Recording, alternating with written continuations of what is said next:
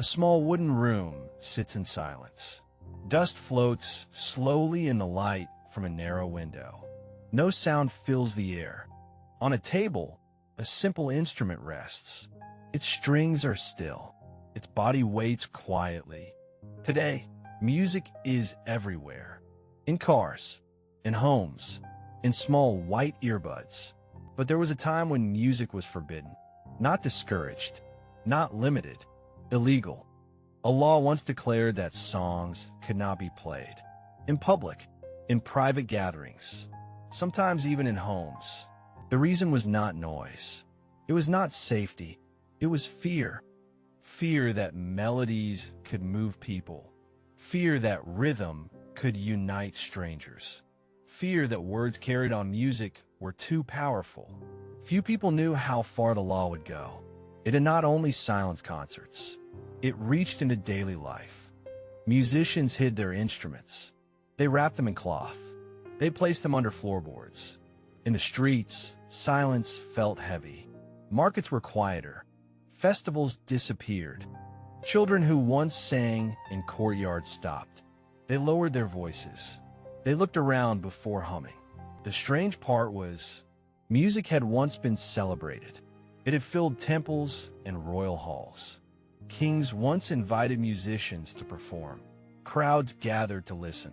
Songs marked important moments. Weddings echoed with drums. Harvest seasons welcomed flutes. Even soldiers marched to rhythm. Then something changed. Leaders began to worry. They listened more carefully to lyrics. Some songs spoke of freedom. Some whispered about injustice. Some remembered older times. Music carried stories that were hard to erase. It traveled faster than printed pages. It lived inside memory. A written law can be burned. A book can be banned. But a melody can hide in the mind. That frightened those in power. They understood control. They understood silence. So a decree was written, clear and direct. Music was no longer allowed. Not in taverns. Not in public squares. Not during celebrations. Officials walked through towns. They listened at doors. They watched for gatherings. Instruments were collected. Some were destroyed. Some were locked away. Musicians faced punishment. Finis, prison, public shame. For some, it felt unreal. How could sound be a crime? How could harmony be dangerous? But the law did not ask questions. It demanded obedience. It demanded quiet. In homes, families spoke softly. They avoided old songs. They changed traditions. Elders stopped teaching melodies to children. They feared careless voices. They feared neighbors listening. Festivals became simple meals. No dancing, no drums, only polite conversation. The silence felt unnatural. It pressed against the walls. It followed people into sleep. Yet music did not disappear completely. It moved underground. It moved into hidden spaces. In quiet basements, small groups gathered. One person kept watch near the door. Another tuned a fragile instrument. They played softly, barely above a whisper, enough to feel alive. Every note carried risk. Every chord carried courage. Every lyric carried memory. Some songs were changed. Words were softened. Meanings were hidden. But the emotions remained. Hope, anger, longing. The law tried to erase sound, but it could not erase feeling. It could not erase rhythm from the heart. Travelers carried tunes between cities. They hummed them while walking. They passed them quietly to others. What began as a single decree grew wider. More regions adopted similar rules. Silence spread like fog. Some leaders claimed it was moral reform. Others called it protection. Few admitted it was control. Church bells rang, but choirs were reduced. Ceremonies lost their songs. Prayers became spoken only. In schools, music lessons ended.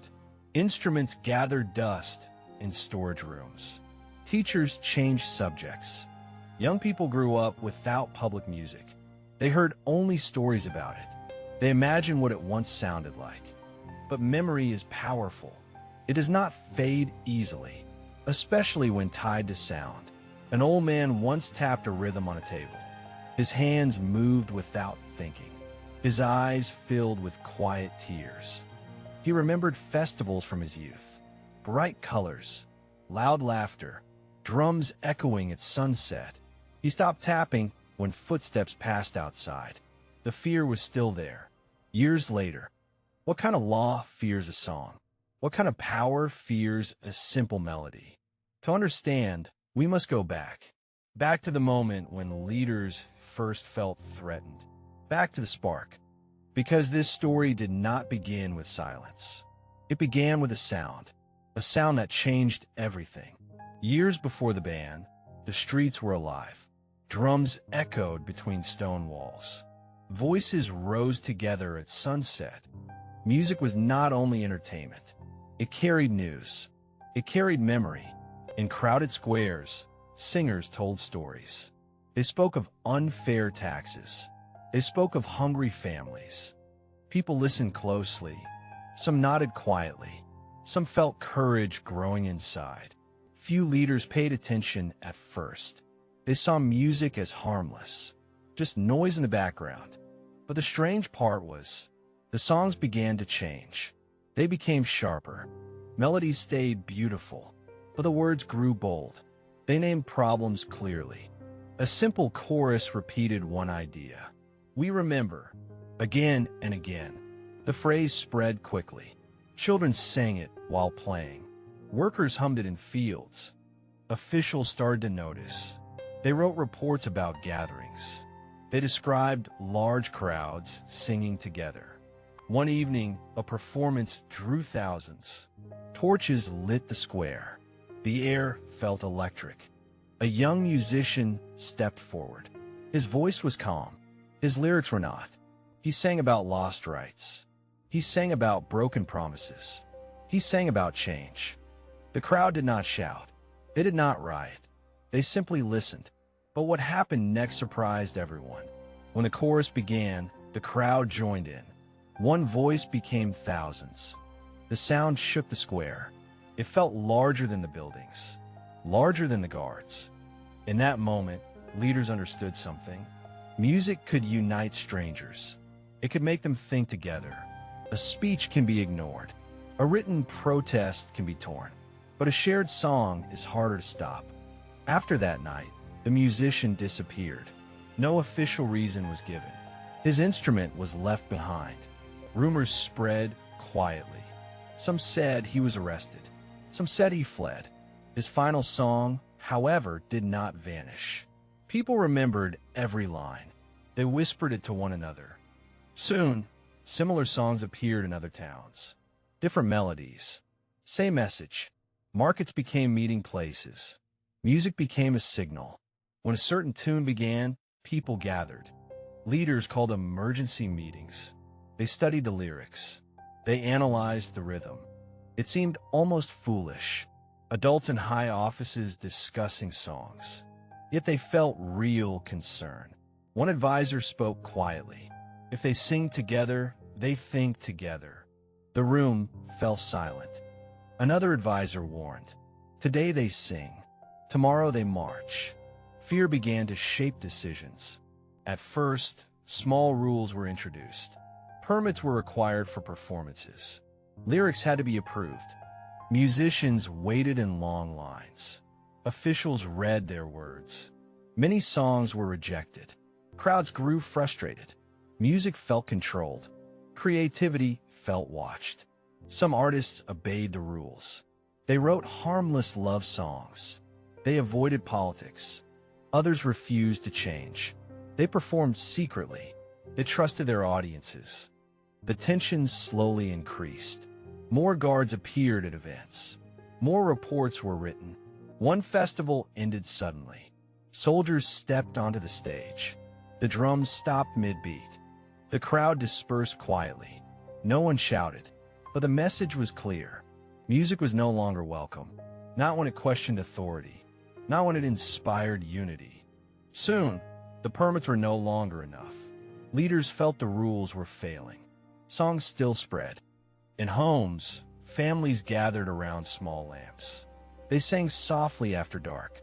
Children learned the forbidden verses. The melodies moved beyond borders. Travelers carried them to distant cities. The idea could not be contained. Reports reached the highest office. They sing in secret. They share the songs in whispers. The leaders faced a choice: accept the music or silence it completely. Some argued for tolerance. They believed songs would fade naturally. They believed fear was unnecessary. Others demanded action. They wanted control restored. They wanted unity broken. The final decision was firm. No more half measures. No more permits. A new law was drafted overnight. Its language was strict. Its tone was cold. All public musical expression is prohibited. The sentence was short. Its impact was not. The decree spread quickly. Copies were posted in town squares. Town criers read it aloud. Faces in the crowd looked confused. Some looked afraid. Some looked angry. Few people believed it would last. Surely it was temporary. Surely it would be revised. But the law that began as fear of a song had now become fear of all music, and silence was about to deepen. The morning after the decree felt different. The air seemed heavy. Even birdsong felt too loud. Guards stood in public squares. They watched carefully. They listened more than they spoke. A street performer opened his case out of habit. He froze when he saw the notice. Slowly, he closed it again. Instruments were carried home in silence. Drums were wrapped in cloth. Flutes were hidden in drawers. Music shops locked their doors. Windows were covered with paper. Signs were taken down. Some musicians tried to adapt. They offered lessons in history instead. But everyone knew what they meant. Officials began inspections. They entered taverns unannounced. They searched for hidden gatherings. One evening, a soft melody escaped from a cellar. It was barely audible, but someone reported it. The door was broken open. Candles were blown out. People scattered in panic. The instrument was seized. Its strings were cut in public. The message was clear. Fear spread faster than sound. Neighbors became cautious. Trust became fragile. Children were warned not to sing outside. Parents lowered their voices. Old lullabies faded. But silence created a strange effect. The more music was banned, the more people longed for it. In remote villages, small groups resisted quietly. They gathered in barns at night. They played without lights. One person always stood near the door, listening for footsteps, ready to warn the others. The songs changed again. They became slower, more careful. Lyrics were hidden inside metaphors. A river meant freedom. A storm meant anger. Few officials understood the symbols, but the people did. They listened closely. In cities, silence became normal. Public events felt empty. Celebrations felt incomplete. Dancers practiced without music. They moved to memory, counting beats in their minds. The strange part was, even those who supported the law began to feel the loss. Soldiers marched without rhythm. Their steps were uneven. The sound felt hollow. Religious ceremonies lost their hymns. Voices spoke instead of sang. The atmosphere changed. Some leaders defended the band strongly. They said silence brought order. They said music caused unrest. Others began to question privately. Was unity really a threat? Was emotion truly dangerous? Meanwhile, recordings from earlier years resurfaced. Old songs were copied secretly. They passed from hand to hand. Young people who never heard public concerts discovered music in hidden rooms. It felt forbidden and powerful. A single melody could fill a small space. Faces would soften. Eyes would close. Music became an act of resistance. Not loud, not violent, just present. In one town, a wedding was planned in silence. Guests arrived quietly. No instruments were visible. As the couple stood together, Someone began tapping lightly on a table. Others joined softly. Soon, a quiet rhythm filled the room. Voices hummed under their breath. The sound was gentle but brave. The authorities heard about it later. They issued warnings. They threatened punishment. But they could not erase the memory of that moment. For those present, it felt like hope. Across the region, similar acts occurred. Tiny songs in kitchens, soft harmonies in fields. What happened next surprised everyone. Even some officials secretly listened. They closed their office doors. One guard kept a small flute hidden. He never played it loudly, only once a month alone. The band had created division, but it had also revealed how deeply music lived in people. Foreign travelers noticed the silence. They wrote letters home. They described a country without songs. News spread beyond borders. Other nations watched carefully. Some criticized the law. Pressure slowly increased. Leaders faced questions from outside and from within. Economically, festivals once brought income. Now markets were quieter. Tourism declined. Artists left the country. They searched for places where they could perform freely. Their absence was felt. The cultural identity began to weaken. Traditional melodies were forgotten. Young voices lacked guidance. But memory remained stubborn. Old recordings survived. Elders whispered lyrics.